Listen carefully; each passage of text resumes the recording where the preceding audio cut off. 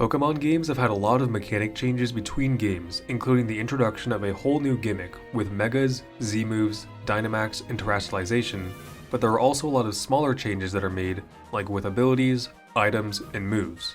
While Pokémon games don't have nearly as many changes during the game's life compared to a game like Minecraft that's pretty much constantly changing, the changes are definitely still relevant and noticeable. Some of these changes are very clearly in response to unbalanced Pokémon from a previous generation that dominated a competitive scene. So today, I'm going to be going over 10 Pokémon that pretty much single-handedly changed entire game mechanics between generations. Some of these are really obvious, but some of them are just from my own speculation. First up, we have Aegislash being the reason that the Steel type no longer resists Dark and Ghost starting in Generation 6, as well as receiving a stat nerf itself in Generation 8.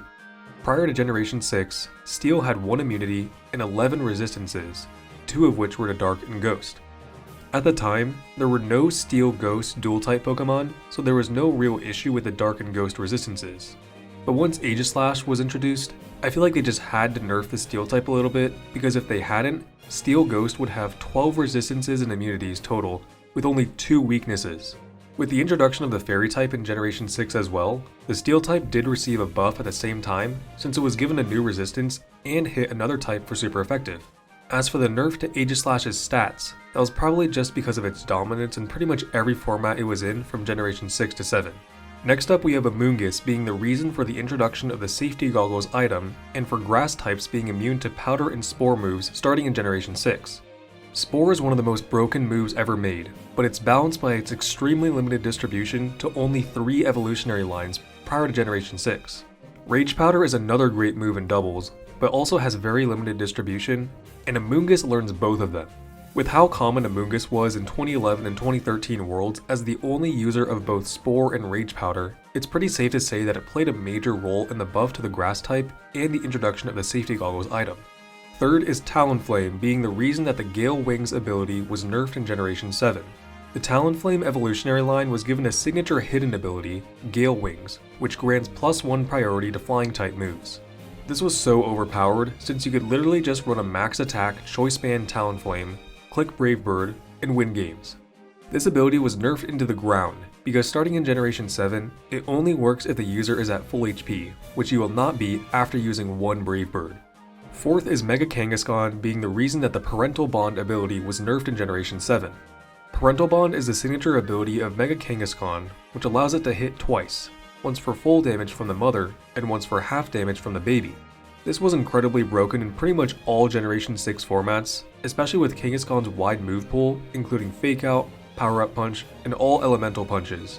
From Generation 7 onward, this ability was nerfed so that the second hit only deals 25% instead of 50%.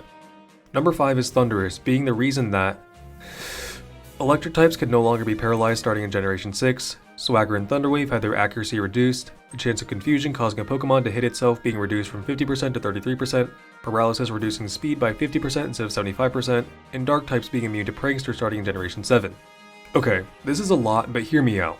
In 2011, 12, 13, and 15 worlds, Thundurus dominated, being on as high as 87% of teams at one point.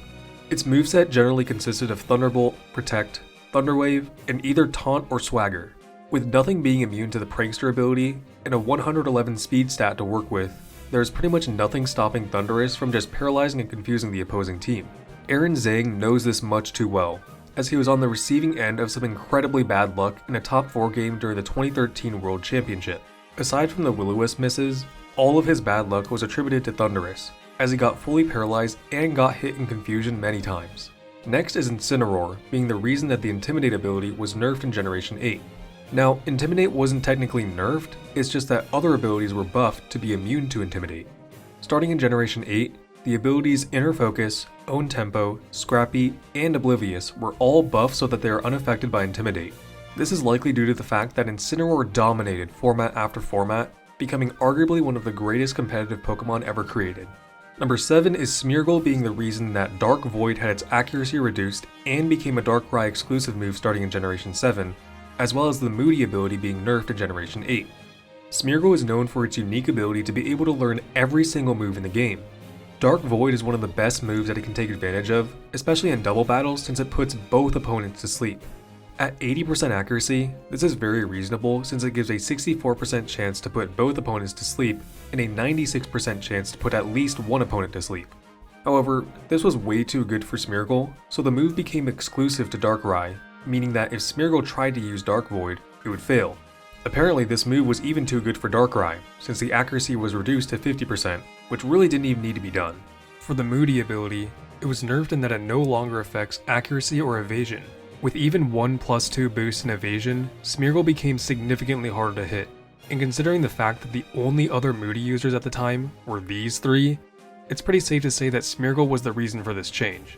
Number 8 is Zacian being the reason that both it and Zamazenta had their base stats nerfed and the Intrepid Sword and Dauntless Shield abilities were nerfed in Generation 9. Zacian crowned in Generation 8 was probably the strongest, or at least top 3 strongest a Pokemon has ever been. It has the same base stat as the literal God Pokemon, has the best typing in the game, and gets a free attack boost every time it switches in. This was way too broken, so it had to be nerfed. Unfortunately, this nerf also affected Zamazenta, who really didn't deserve it, but whatever I guess. Number 9 actually goes to 3 Pokemon, Tapu Koko, Bulu, and Lele, all being the reason that Electric, Grassy, and Psychic terrain were nerfed starting in Generation 8. Terrains were introduced in Generation 6, and they gave Electric, Grass, and Psychic type attacking moves a 1.5 times damage increase. This was reduced to 1.3 times starting in Generation 8, probably because of how powerful this was. The Tapus have not been seen since this nerf, and so far there is no mention of them at all in either DLC of Scarlet and Violet. Last is Regieleki being the reason that the Transistor ability was nerfed in Generation 9. Transistor is a signature ability of Regieleki, which grants it a 50% increase to its electric type moves.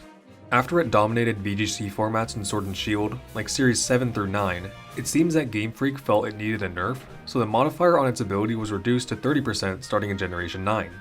Luckily for Regidrago, whose ability is the Dragon type equivalent of Transistor, it wasn't nerfed like Regieleki. And those are all of the Pokemon I found that were responsible for changing certain game mechanics, like moves, abilities, and items, due to how strong they were in the competitive formats in which they were legal. I really appreciate it if you made it all the way to the end of this video, and feel free to comment below if you feel I missed any Pokemon that should have been on this list. Thanks for watching.